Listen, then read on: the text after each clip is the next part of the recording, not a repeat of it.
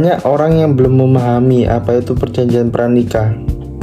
Nah, perjanjian pranikah dapat dijelaskan oleh teman saya sebagai berikut. Definisi perjanjian pranikah. Perjanjian pranikah adalah perjanjian tertulis yang dibuat oleh calon suami dan istri sebelum menikah untuk mengatur hal-hal terkait harta, utang, dan pernikahan dan setelahnya. Perjanjian ini bertujuan untuk memberikan kepastian hukum dan menghindari konflik di masa depan terkait harta kekayaan. Perjanjian pranikah adalah kontrak atau kesepakatan tertulis yang mengatur hak dan kewajiban suami dan istri terkait harta kekayaan, utang, dan hal lain yang berkaitan dengan pernikahan. Tujuan utama perjanjian pranikah adalah untuk memberikan kepastian hukum dan menghindari sengketa terkait harta kekayaan jika terjadi perceraian atau kematian salah satu pasangan. Kemudian, perjanjian pranikah dapat mengatur berbagai hal termasuk pemisahan harta, tanggung jawab hutang, hak dan kewajiban terkait usaha masing-masing, serta cara membagi harta jika terjadi perceraian atau kematian. Manfaat perjanjian pranikah adalah memperjelas hak dan kewajiban, menentukan dengan jelas hak dan kewajiban masing-masing pihak terkait harta, utang, dan usaha. Kemudian mencegah sengketa, yaitu tentunya membantu mencegah timbulnya sengketa terkait harta jika terjadi perceraian atau kematian. Kemudian memberikan kepastian hukum terkait harta, utang, dan hak dan kewajiban masing-masing pihak.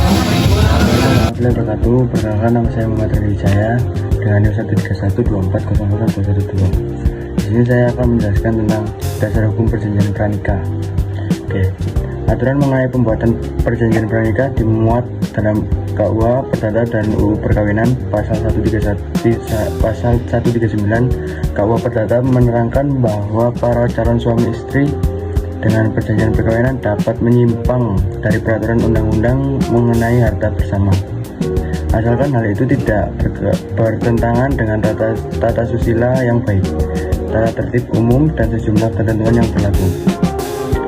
Peraturan mengenai harta bersama yang dapat dikesampingkan itu sebagaimana diterapkan pasal 35 UU Perkawinan yang meliputi dua hal. Pertama, harta bersama atau harta benda yang diperoleh selama perkawinan.